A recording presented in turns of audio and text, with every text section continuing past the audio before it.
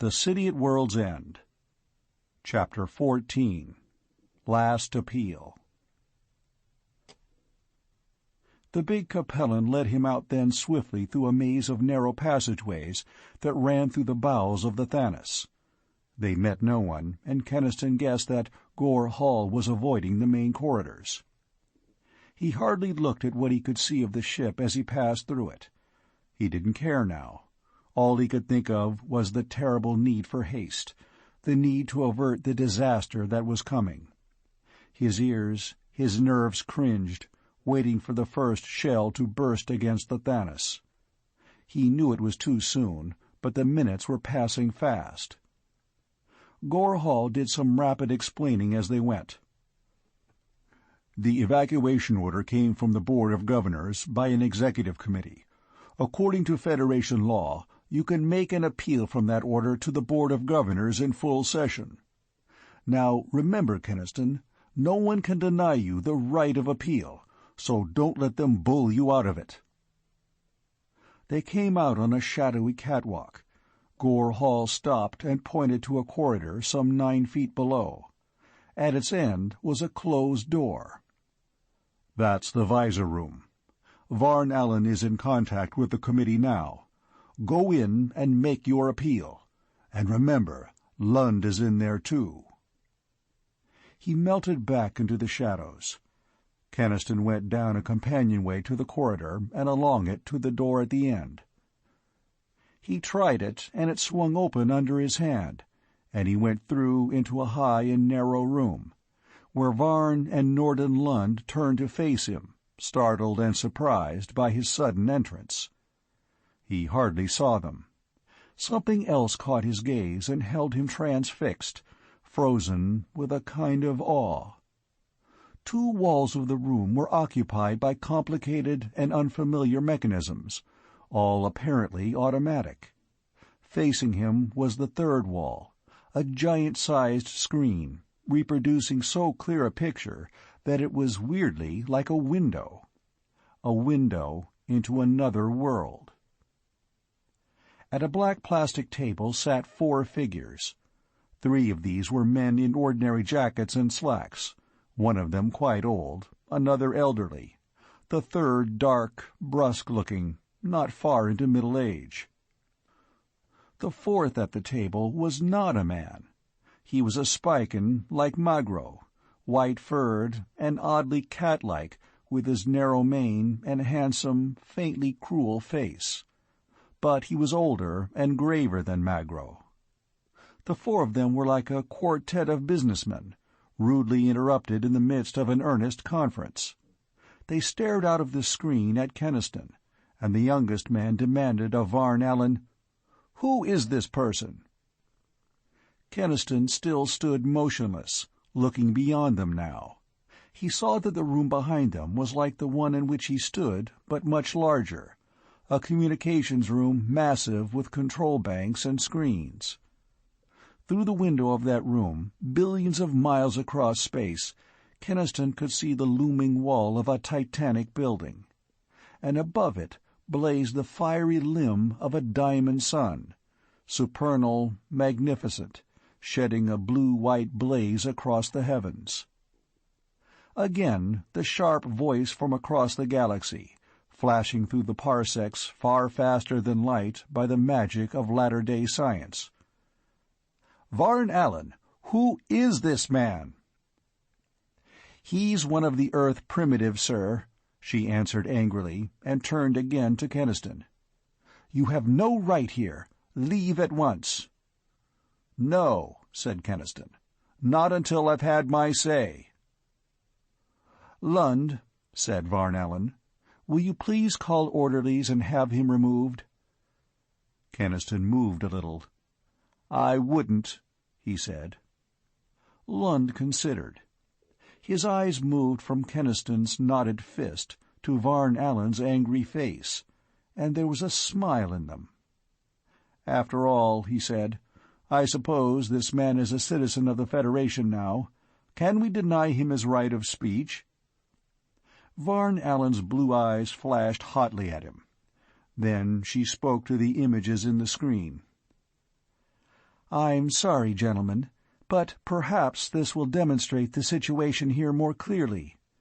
I have had no cooperation from the Primitives, and my own subordinate is apparently trying to undermine my authority." The dark younger man of the four said impatiently, "This is not the occasion to hear complaints of administrative wrangling." Keniston was glaring upward at the quartet on Vega's faraway world, who seemed to hold the fate of Middletown in their hands.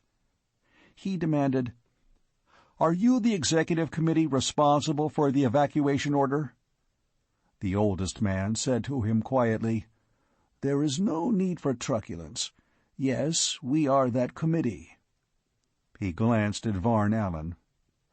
"I think, Allen, that since the interruption has been made, we may as well clear this thing up now." Varn Allen shrugged, and Lund's smile broadened a little. Keniston said, "I'm sorry, but there isn't time for politeness. In a few minutes, my people are going to fire on your ships. I don't want that to happen. I don't want my people killed, nor yours." The old man answered, "There will be no killing. The paralysis ray, used at full potency, can immobilize your whole population without harm." Keniston shook his head. "That's only a postponement. When they come to again, they will fight. That is what I must make you understand. As long as my people live, they will fight to stay on Earth." The ring of utter truth in his passionate cry seemed to disturb them deeply, and the white-furred Spiken said slowly, "It may be so. Some of my own people still have such an illogical attachment to one planet." Lund spoke up, his tone smooth and deferential. "That is the point of basic psychology which I have been trying to make with Administrator Allen." Varn Allen said icily, "If you have a suggestion to make, I shall be glad to hear it." "Of course," said Lund. "It's quite impossible to allow these people to remain on Earth. To do so would establish a fatal precedent for other waning planets, whose populations must be transferred. But my idea—" Whatever Lund had been going to say was lost, for Keniston drowned him out. "The hell with your ideas!" He moved closer to the screen. "I ask you to revoke the order for evacuation." The old man spread his hands in a weary gesture of negation. "That is out of the question." "Then," said Keniston harshly, "I appeal your decision to the Board of Governors in full session." That startled them all. They stared at him, and Lund said, "So, the savage has learned a little law." Then he laughed. "But, of course, Gore Hall and his friends have been coaching him." Varn Allen came up to Keniston. "This is a waste of time," she said. "The Board of Governors will issue the same ruling." "Quite so," said the dark, brusque man in the screen. "It's merely a stratagem to gain time." "Nevertheless," said the Spiken, regarding Keniston with faint amusement in his split-pupiled eyes, "his demand is perfectly legal." The old man sighed. "Yes." He looked at Keniston. "I am forced by Federation law to grant you right of appeal. But I warn you that Administrator Allen is right. The Board will ratify our decision." "Until they do," Keniston pressed, "I demand that you withdraw from Earth the ships that have created this critical situation." The old man nodded reluctantly. "That, too, is a legitimate demand. The ships will be recalled temporarily to Vega, and you will come with them, since all appeals to the Board of Governors must be made in person." In person? The significance of the two casual words hit Keniston staggeringly, replacing his dawning hope with a breathless and more personal emotion. Those two words meant leaving Earth. He, John Keniston, going out into the dark abyss, out across half the starry universe on a forlorn hope, out to an incredibly distant and alien world, to plead the cause of Middletown to alien ears, with all the odds against him. He knew now what Gore Hall had meant. With your background, it won't be easy. Varn Allen's crisp voice was challenging him. "Do you agree to go?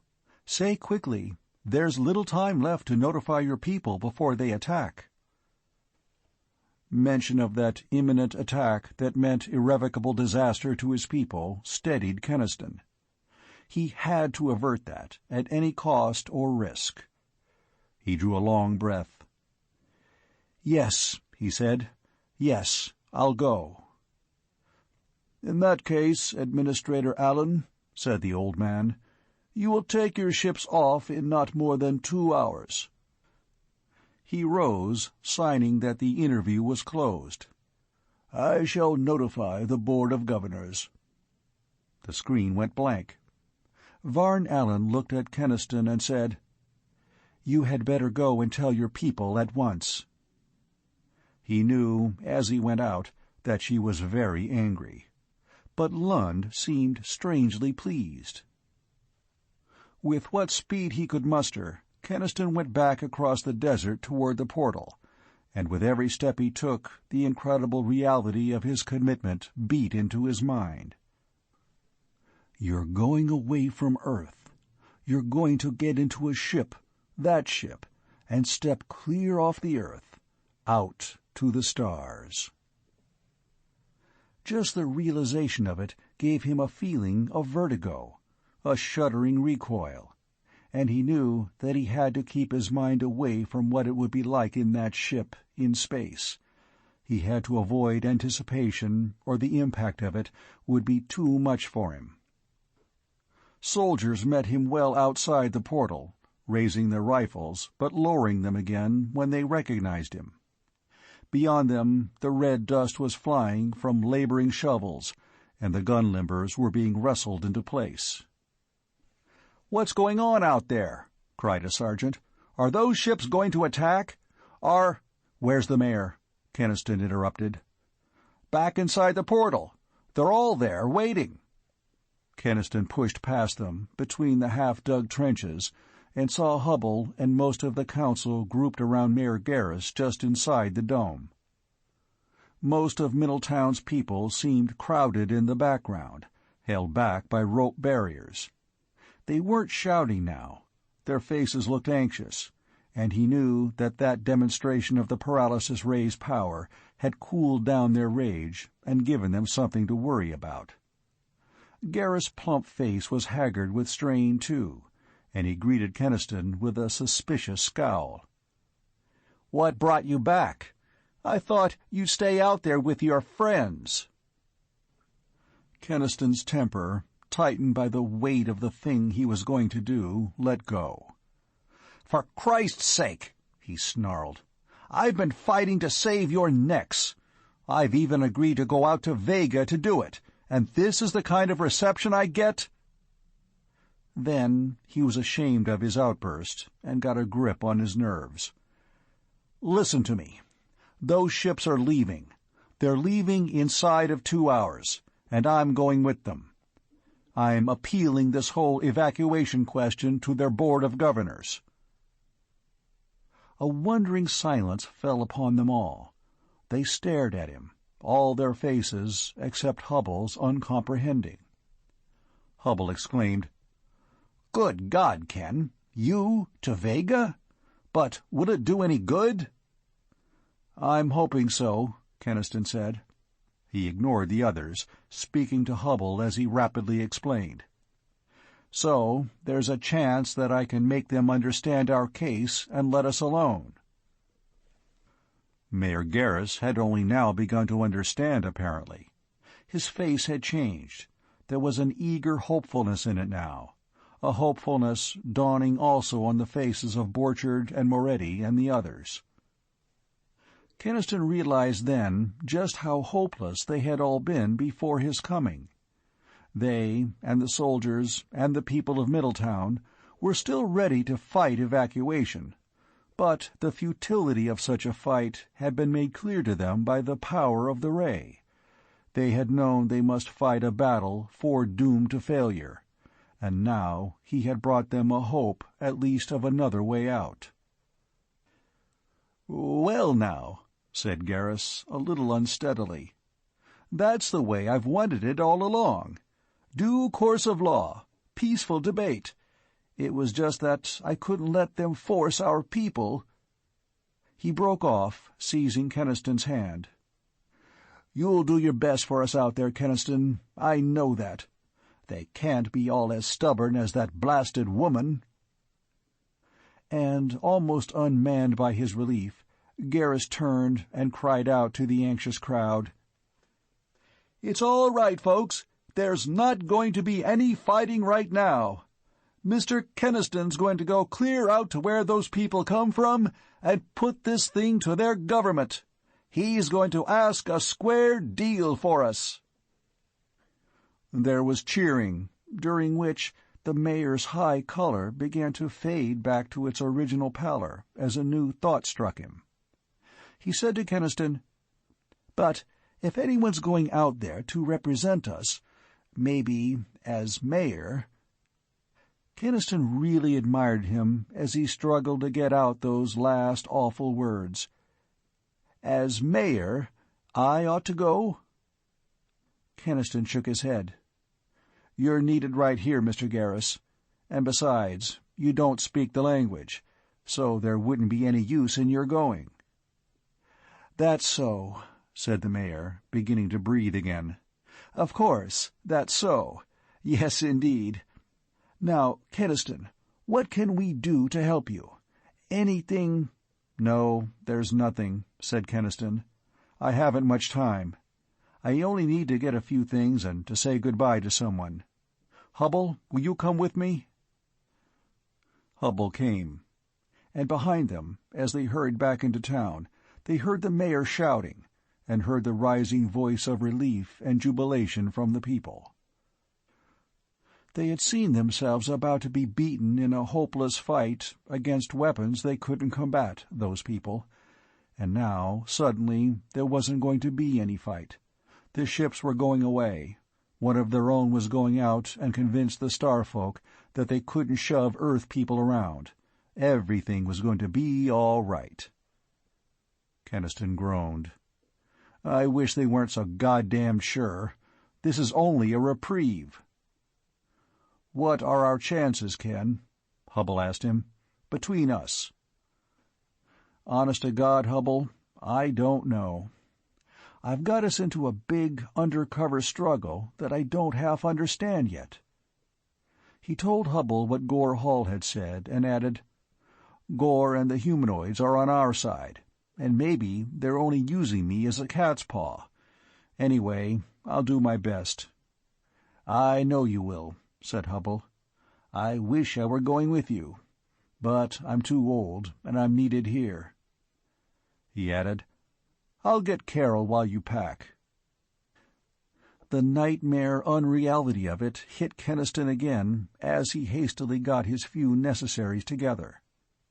It was just like packing for an overnight run to Pittsburgh or Chicago, instead of for a trip across the galaxy.